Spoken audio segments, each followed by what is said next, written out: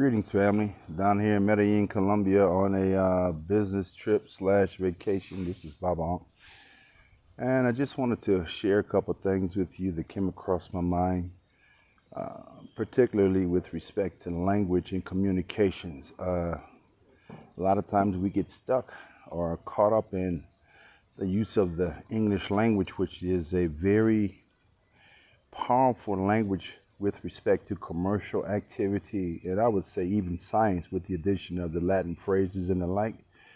But it's woefully lacking in regard to emotion, nuance, and more aesthetic type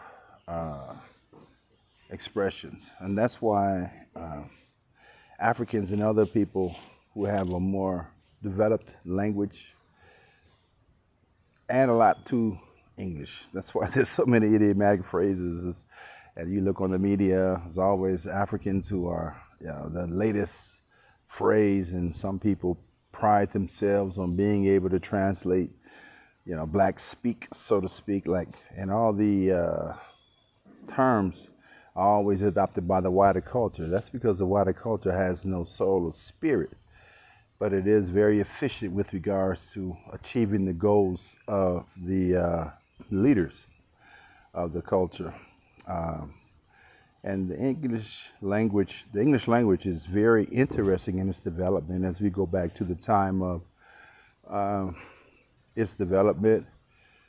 And you had the French invasion, William the Conqueror in 1066, and then they had the Anglo tribes. I'm not being necessarily in sequential order because there's been so many lives in our history. It's hard to say what is timely and what actually happened in the past, because we really don't know, as a lot of history has been stolen, as a guy named Anatoly Fomenko, I believe his name, has studied and shown that there's been this guy named Scaliger and other monks and people of that ilk who changed and deleted and added 1,000 years to the history. I don't know if that's true, but it appears to be true. From what I've seen, it makes a lot more sense.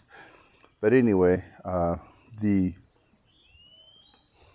Venetians moved all their money to Amsterdam first, after they were ready to be conquered by Europeans during the War of the League of Cambrai, and they moved all their resources to Amsterdam, and then later on to London, and took over London and made it the Rome of the West, or the New Rome, as the Venetians fashioned themselves a Roman Empire. So Rome never fell, and they were in constant conflict with the Pope. But it seems these days they've all formed a grand oligarchy, which was the preferred form of government in Venice.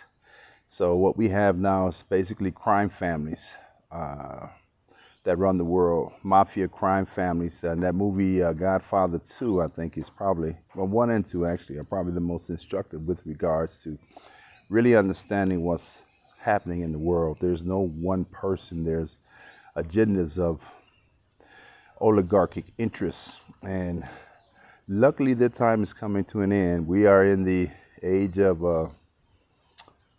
Aquarius, moving from Pisces.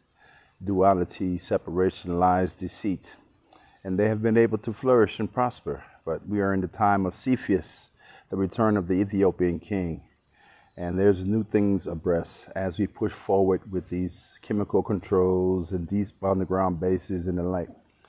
It will not avail them at all. They're pushing like hell to try and maintain control, but it's like King Canute standing against the ocean and ordering the tide to go out. You think the tide listened to King Canute? No, it didn't. Even though the story is that King Canute just really wanted to demonstrate all the sycophants and butt kisses that he was nothing but a man. These people think that they're greater than what they are, but they're nothing but men. They're endowed with divine spark, but they're using theirs to exalt the material, not the physical. But it doesn't matter. We have to exalt our spiritual essence and raise it up and resonate with the time.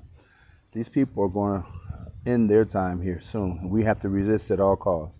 And remember, no one gets out of this world alive. Love and gratitude. This is Baba.